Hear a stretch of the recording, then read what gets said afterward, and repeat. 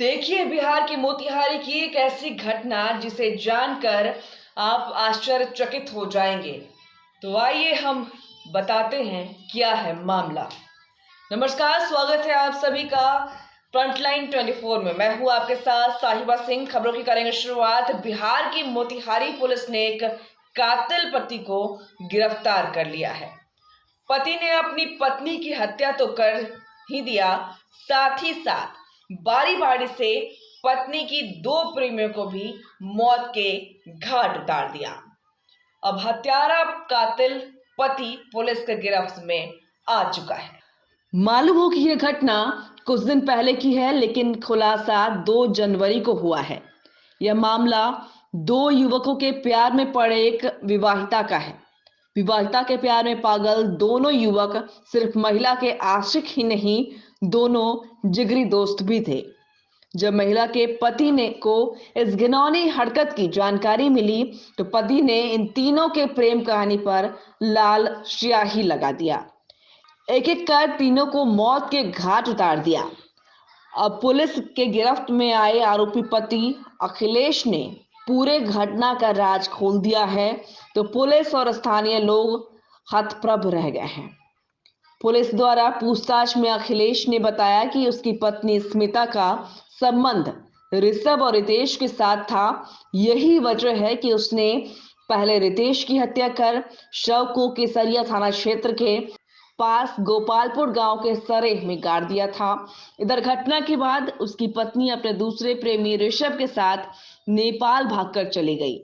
अखिलेश ने फिर नेपाल तक पीछा किया और वहां पहले प्रेमी ऋषभ की हत्या कर दी और फिर अपनी पत्नी की भी हत्या कर दोनों के शव को बोरी में कसकर कहीं फेंक दिया, जिसे बाद में नेपाल पुलिस ने जब्त किया था।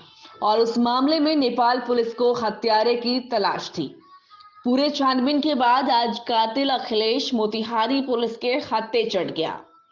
बताया जाता है कि सुगौली थाना क्षेत्र के सुगांव डीह के रहने वाले अखिलेश कुमार की शादी स्मिता के साथ हुई थी।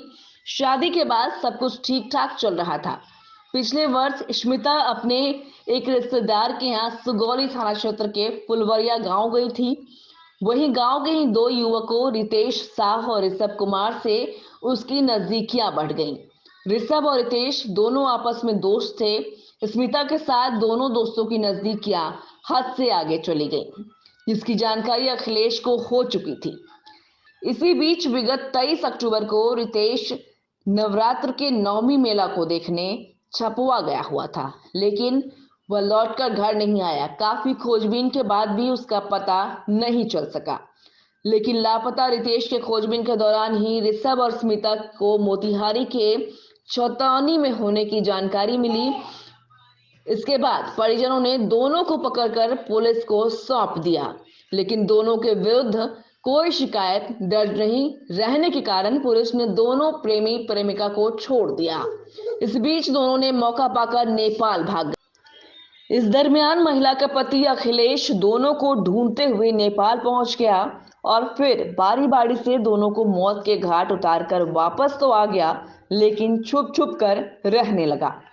इस बीच पुलिस को सूचना मिली कि अखिलेश अपने गांव सुगौली आया है, जिसके बाद पुलिस ने छापेमारी की और अखिलेश को धर दबोचा। इस मामले में सदर एएसपी राज ने बताया कि अखिलेश से जब पूछताछ किया गया तो उसने 3 हत्या की बात को स्वीकार किया, जिसमें पहले उसने दशहरा के समय रितेश की हत्या कर उसके शव को ले जाकर केसरिया के खास गोपालपुर के सरेह में गाड़ दिया था।